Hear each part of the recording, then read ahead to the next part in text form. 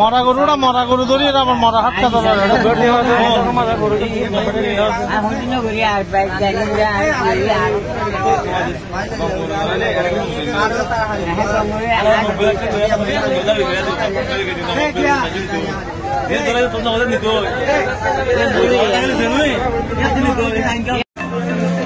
দোকান তো একদম না না মানে না, এটা নিয়ে আর কোনো কথা হবে না।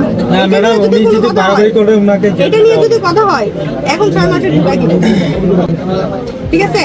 দোকান আপনি এখন খুলবেন, আমার সামনে এখন খুলবেন, আর এখন না থাকলেও ম্যাডাম সে বসতে পারবে না, এখন খুলতে হবে। ঠিক আছে, আমরা আছি। স্যারে যেটা বলে ওইটাই শুনেন, আপনারা আবার বাড়তি কথা বলেন না। এখন নিয়ে নিয়েছেন দোকান খোলার ব্যবস্থা, দোকান বন্ধ করার ব্যবস্থা করুন। আপনি তাকে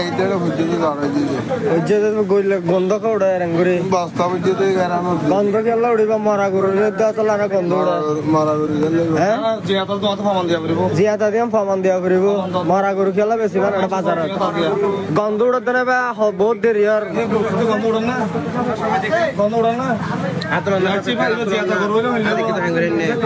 না গরিবা সিনজিবরে মানুষ নে জরে বস্তা বুঝে আইনে আনি ওরে কে পূজার কইছে আর উনা ফাটা না তারে গরিবা কেন হন্তে না দড়লে যাতে মানে বহুত হতন জেরা কইছে তারপরে ইগনোর কইছে টাকে মানা কইছে এতে দিতেন দিলে যাবে তারপরে ইগনোর করে টাকে হাতরা দাম না টাইকন কর মারা গরিবা মানছ হারা হবে বন্ধে কেলা টাকে দাও দুই কেলা কথা গন্ধ উড়াতে ক্যাঙ্গুরি হ্যাঁ সসা ইনকি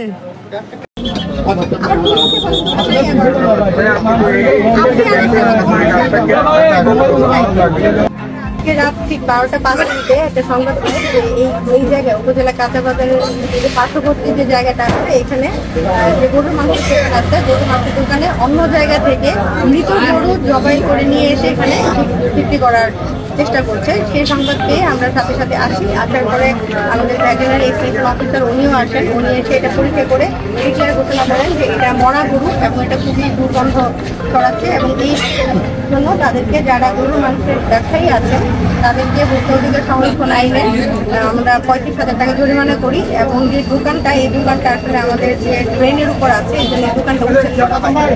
একই সাথে যে আশেপাশে যে অন্যান্য দোকানগুলি আছে যারা ফুটপাতের উপর অবৈধভাবে ঝাউ দিয়ে রাখছে দিয়ে রেখেছে তাদেরকেও আমরা ফুটপাতটা ক্লিয়ার করছি আর কি। তো আমাদের ক্লিয়ার মেসেজ যে বা যারা এই ধরনের অবৈধ কাজে থাকবে আমাদের অভিযান তাদের বিরুদ্ধে থাকবে। ভোক্তা অধিকার সংরক্ষণ আইন এটা আমাদের নানার উপর দোকান, আমি এই দোকানটাও আমরা উচ্ছেদ করে দিচ্ছি, স্থায়ীভাবে এটা উচ্ছেদ করে দিচ্ছি। এরপরে যদি কেউ অবৈধভাবে আবার দোকান বসায় তার বিরুদ্ধে আমরা আইনানুগ ব্যবস্থা গ্রহণ করি। এদিকে তো আরো অনেক দোকান আছে, হ্যাঁ, এগুলোর কি ব্যবস্থা হবে? ওরা কোথায় যাবে বা ওরা ঠিক করবে?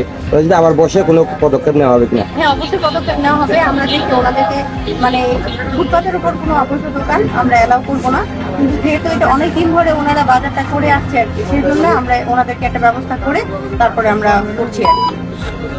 আব্দুর রহিম পয়েন্দি বাড়ি গর্জনিয়া হনপাড়া হাই স্কুল পাড়া 9 নম্বর ওয়ার্ড 4 নম্বর অলরেডি রাস্তানি বাসিন্দা নে গরু কি অনেক কিনলাম না খাইলাম দে হ্যাঁ সন্তান তো কিন আজি কিনলাম দে